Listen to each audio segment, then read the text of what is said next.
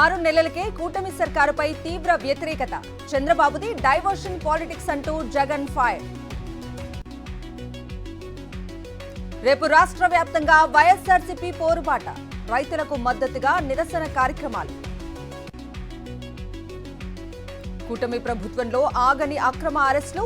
గుంటూరులో social media కార్యకర్త ప్రేమ్ కుమార్ ని అర్ధరాత్రి అదుపులోకి తీసుకున్న పోలీసులు. తక్షణమే ప్రేమ్ కుమార్ సమాచారం తెలపాలంటూ అంబటి ట్వీట్. నేడు సుప్రీంకోర్టులో అమరావతి రాజధాని కేసు విచారణ. ఎంక్వైరీ చేయనున్న సీజీఐ జస్టిస్ సంజీవ్ ఖన్నా ధర్మాసనం. రైతులను ఆదుకోవటంలో కూటమి సర్కారు విఫలమైంది. ప్రభుత్వంపై పోరాటం చేస్తామన్న మాజీ మంత్రి ఉషశ్రీ చరణ్. ఇవాళ జైపూర్ నుంచి ఢిల్లీకి సీఎం రేవంత్ రెడ్డి. సాయంత్రం ఏఐసీసీ పెద్దలతో కీలక భేటీ. రాహుల్ గాంధీతో డిప్యూటీ సీఎం భట్టి భేటీ. కులగణన, మంత్రివర్గ విస్తరణపై చర్చ. ప్రేమ్ సాగర్ రావుకు మంత్రి పదవి ఇవ్వాలని వినతి. International Buddhist tour operators association president గా మల్లేపల్లి లక్ష్మయ్య. బుద్ధవనం ప్రాజెక్టు సేవలకు గుర్తింపు. అసోసియేషన్ కు కృతజ్ఞతలు తెలిపిన సీనియర్ జర్నలిస్ట్. తెలంగాణ సచివాలయంలో నేటి నుంచి ఫేషియల్ రికగ్నిషన్ అటెండెన్స్. సెక్రటేరియట్ లో పనిచేసే అన్ని శాఖల అధికారులు, సిబ్బందికి వర్తింపు. అక్రమాస్తుల కేసులో ఏఈ నికేష్ కు 4 రోజుల కస్టడీ. చెర్లపల్లి జైలు నుంచి నేడు కస్టడీలోకి తీసుకోనున్న ఏసీబీ. మంచు ఫ్యామిలీలో సద్దుమణగని వివాదం. పోలీసుల విచారణకు మనోజ్, విష్ణు, మోహన్ బాబుకు హైకోర్టు మినహాయింపు. తిరుమలలో భక్తుల రద్దీ సాధారణం. ఉచిత సర్వదర్శనానికి 6 గంటల సమయం.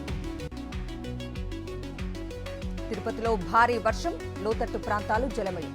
West Church railway under bridge వద్ద భారీగా చేరిన వర్షపు నీరు.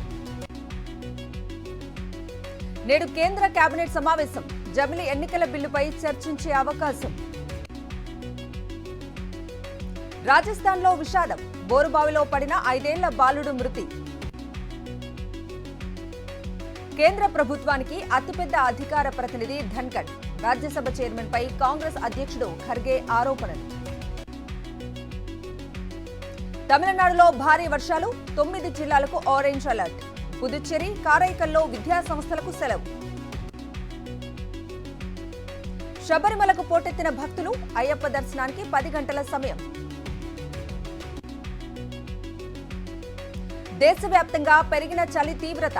పలుచోట్ల కనిష్ట ఉష్ణోగ్రతలు నమోదు.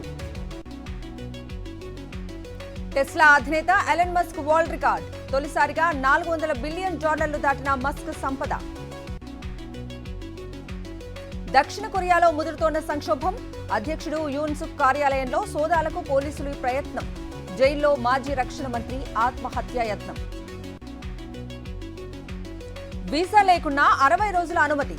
భారతీయులకు థాయిలాండ్ ప్రభుత్వం ప్రత్యేక వెసులుబాటు. సిరియా ఆపద్ధర్మ ప్రధానిగా మహ్మద్ అల్ బషీర్. శాంతి భద్రతలు నెలకొనటానికి ప్రజలు సహకరించాలని పిలుపు. తైవాన్ జిల్లాలో చైనా దూకుడు. భారీ స్థాయిలో బలగాలను మోహరించిన డ్రాగన్. ఫ్లాట్ గా ప్రారంభమైన స్టాక్ మార్కెట్ సూచీలు 97 పాయింట్లు పెరిగి 81,623 వద్ద ట్రేడ్ అవుతున్న సెన్సెక్స్. దేశవ్యాప్తంగా స్వల్పంగా తగ్గిన బంగారం ధరలు. హైదరాబాద్ లో 79,480 రూపాయలకు చేరిన 24 క్యారెట్ల గోల్డ్ రేట్. 2034లో ఫుట్బాల్ ప్రపంచ కప్ కు ఆతిథ్యమివ్వనున్న సౌదీ అరేబియా. అధికారికంగా ప్రకటించిన ఫిఫా.